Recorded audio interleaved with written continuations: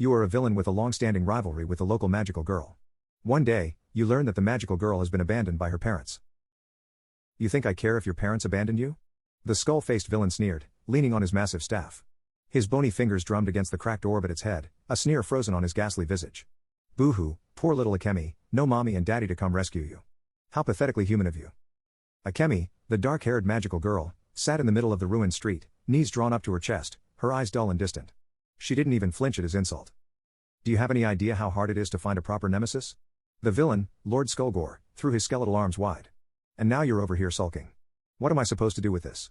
I didn't become the Dark Overlord of the Netherrealm to deal with. Whatever this is.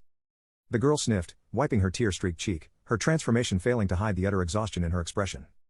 Look, kid, he sighed dramatically, slapping a hand to his bony forehead, you can't just sit there moping all day. Do you know what happens when you stop fighting? I'll tell you, the whole balance of power tips, and frankly, I can't have that. If you're not in your sparkly dress fighting me, what am I supposed to do? Go terrorize some peasants? I have standards. Her silence persisted. Skullgore groaned, stomping his booted foot.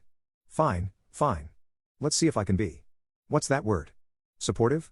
Bah, disgusting. He shook off the word like it tasted bad. He leaned closer, his hollow eyes somehow managing to soften. Listen, princess, people suck. Parents? They're the worst. Always thinking they know best, leaving you behind when you need them most. Happens all the time. But you? You're different. You're strong. Well, usually.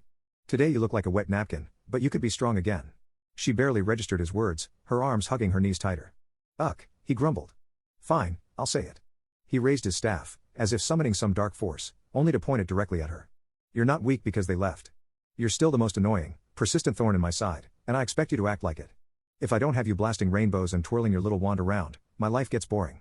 And let me tell you, kid, boredom is the real villain here. She blinked, eyes slowly lifting to meet his.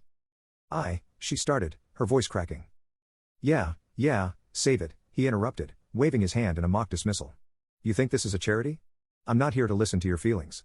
Just, I don't know, punch something. Or better yet, punch me. I could use a good fight. But if you're going to keep moping, at least do it dramatically, for evil's sake. I'm tired of all this pathetic wallowing. He crossed his arms, tapping his skeletal foot impatiently. Come on, smile already. You're making me look bad. A tiny, involuntary laugh escaped her. There it is, he said with a satisfied smirk. Now go fix your outfit or something. You look ridiculous.